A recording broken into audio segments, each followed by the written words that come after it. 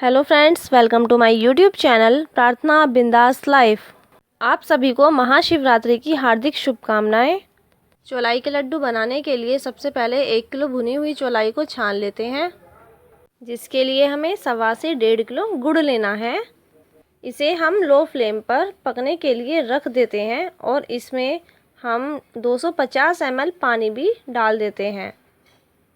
चौलाई के लड्डू बनाने के लिए हम इसकी चाशनी तैयार करते हैं। मेरे घर में सबको चौलाई के लड्डू बहुत ही अच्छे लगते हैं, जिन्हें हम ज़्यादातर गुड़ के ही बनाते हैं, जो कि खाने में बहुत ही स्वादिष्ट लगते हैं। शिवरात्रि हो या कोई भी त्यौहार हो, हम इसी तरह से मिष्ठान बनाते हैं। आज हम चौलाई के लड्डू, मावे की पंजीरी और गाजर का हलवा बनाने वाले हैं। ये तीनों ही डिशेस खाने में बहुत ही टेस्टी लगती हैं। तो आ रहा है ना आपके मुंह में भी पानी?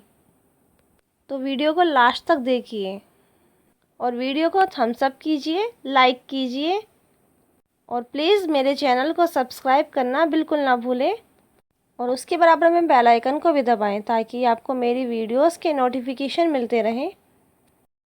ये देखिए, गुड़ बिल्कुल पिघल गया है, जिसे मीडियम फ्लेम पर पकाना है और बीच बीच में चलाते रहना है। अब हम इस चाशनी को पकने देते हैं और पंजीरी की तैयारी भी शुरू करते हैं।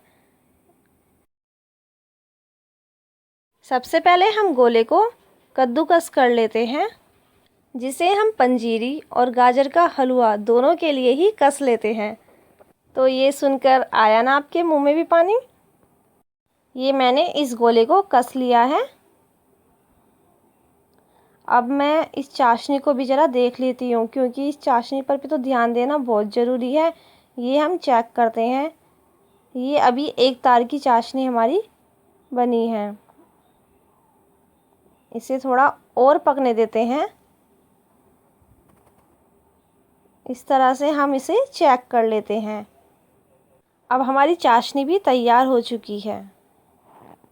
ये छनी हुई चौलाई है, जिसमें हम इस चाशनी को डाल देते हैं और अच्छी तरह से मिलाते हैं, लेकिन ध्यान से, क्योंकि ये चाशनी बहुत ज़्यादा गर्म है। मार्केट में भी चौलाई के लड्डू मिल जाते हैं, लेकिन वो खाने में इतने अच्छे नहीं लगते हैं जितने हम अपने घर के बनाते हैं। वो बहुत टेस्टी लगते हैं। मार्केट के लड्डू टाइट होते हैं, जो कि खाने में बिल्कुल भी अच्छे नहीं लगते हैं, लेकिन जब हम घर पे लड्डू बनाते हैं तो ये बहुत ही सॉफ्ट होते हैं, खाने में भी बहुत अच्छे लगते हैं।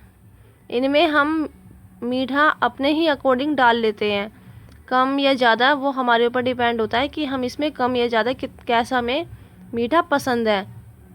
और घर पर हम साफ़ सफाई का भी ध्यान रखते हैं। ज़्यादातर मिठाइयाँ हम अपने घर ही बनाते हैं। इसे हम अच्छे से मिला लेते हैं। ध्यान रहे कि ये ठंडा ना हो, क्योंकि ठंडा होने पर हमारे लड्डू नहीं बनेंगे। मुझे बीच बीच में उठना भी पड़ता है, क्योंकि मेरा बेबी अभी छोटा है, तो वो भी परेशान करता है। इसीलिए मैंने अपनी मदर इन लॉ की हेल्प ली है। अब हम पानी का हाथ लगाकर लड्डू बनाना शुरू करते हैं। बहुत ही हल्के हाथों से बनाना है। अगर आप भी इस तरह से लड्डू बनाते हैं तो लड्डू बहुत ही फोके और हल्के बनते हैं, जो कि खाने में बहुत ही अच्छे लगते हैं। अभी ये गर्म है, इसीलिए इन्हें ठंडा करने के लिए ऐसे फैलाकर रख देते हैं। जब ये ठंडे हो जाएंगे तो हम इन्हें किसी कंटेनर में रख लेंगे। अब ये हमारे लड्डू भी तैयार हो चुके हैं।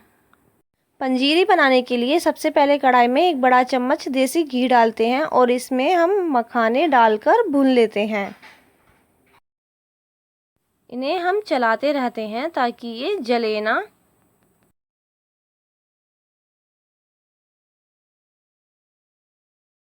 इन मखानों को गोल्डन होने तक भुनना है, जब तक ये करारे ना हो जाएं।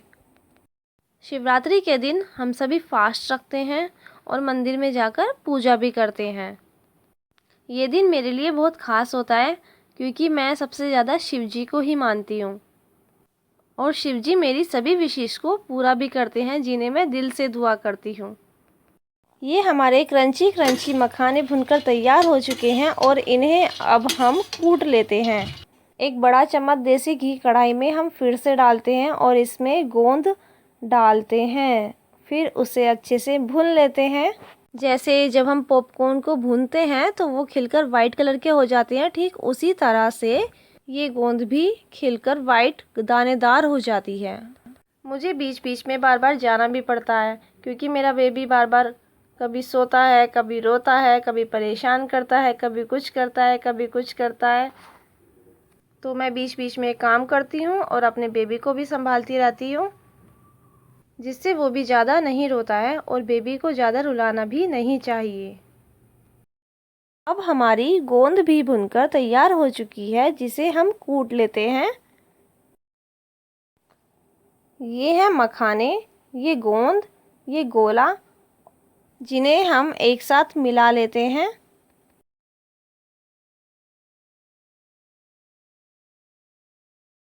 पंजीरी बनाने के लिए कढ़ाई में लगभग 1.5 किलो चीनी डालते हैं और इसमें 250 ml पानी डालते हैं और इसे अच्छे से चलाते हैं।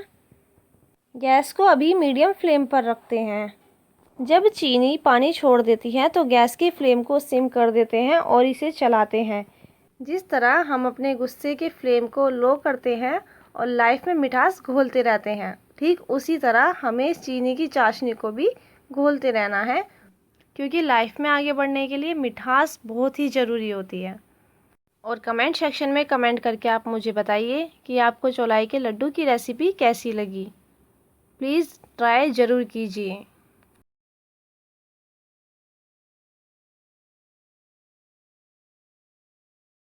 अब ये चाशनी पहले से थोड़ी गाढ़ी हो चुकी है और चीनी भी बिल्कुल गल चुकी है। इसके लिए हम पहले इसे चेक करते हैं।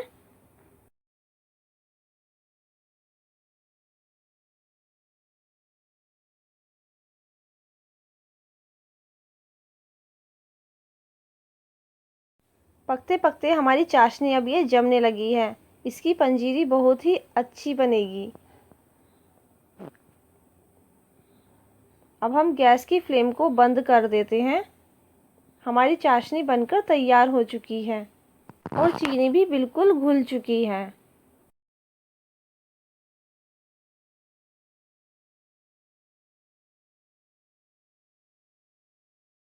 अब हम इसमें कूटा हुआ गोंद, कूटे हुए मखाने और कसा हुआ गोला और मावा डाल देते हैं और इसे अच्छे से चलाते हैं।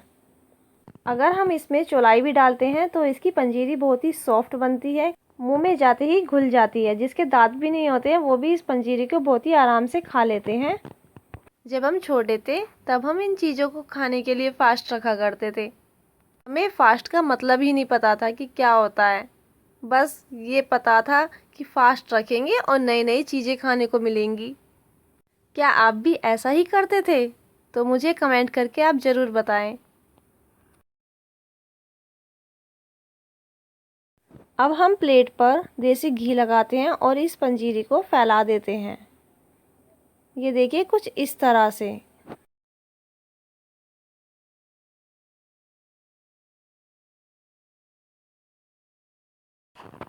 ठंडी होने पर हम इसकी कटिंग कर लेते हैं और ये हमारी पंजीरी भी तैयार हो चुकी है। अगर आप भी इस पंजीरी को इसी तरह से बनाते हैं और खाते हैं तो ये बहुत ही खाने में टेस्टी यम्मी लगती है। अब हम बनाते हैं गाजर का हलवा। सबसे पहले हम गाजर को छीलकर वॉश कर लेते हैं और इसको घिस लेते हैं। इसी तरह मैं सभी गाजरों को पहले छील लेती हूँ, फिर एक साथ ही धो लूँगी, इस बाल्टी में डालती रहूँगी और फिर उसे कद्दूकस कर लूँगी।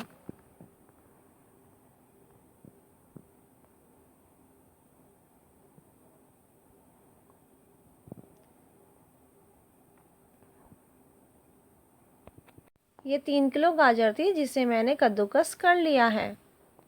अब हम कोई भी काम करते हैं तो मेहनत तो हमें करनी ही पड़ती है, तो अब आगे हम थोड़ी सी मेहनत और करते हैं, जिसे हम कढ़ाई में डालकर मीडियम फ्लेम पर पकाते हैं और चलाते रहते हैं। गैस को लो फ्लेम पर करके हम इसे ढक देते हैं और बीच बीच में चेक करते रहते हैं। ये देखिए गाजर ने पानी छोड़ दिया है। अब इसे अच्छे से पकाते हैं और बीच बीच में चलाते भी रहते हैं।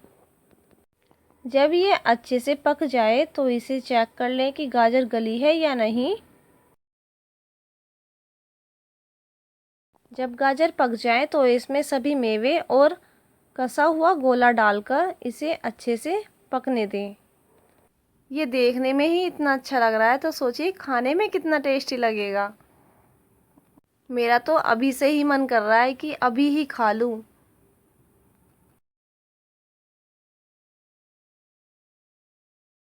अब गैस को बंद करके इसमें मावा डालें और इसे अच्छे से चला लें ताकि मावा अच्छे से मिल जाए। तो वीडियो को लाइक ज़रूर करें और चैनल को सब्सक्राइब करना बिल्कुल भी ना भूलें। ये हमारा गाजर का हलवा भी बनकर तैयार हो चुका है, जो कि देखने में बहुत ही अच्छा लग रहा है। मन कर रहा है बस अभी खा लूं।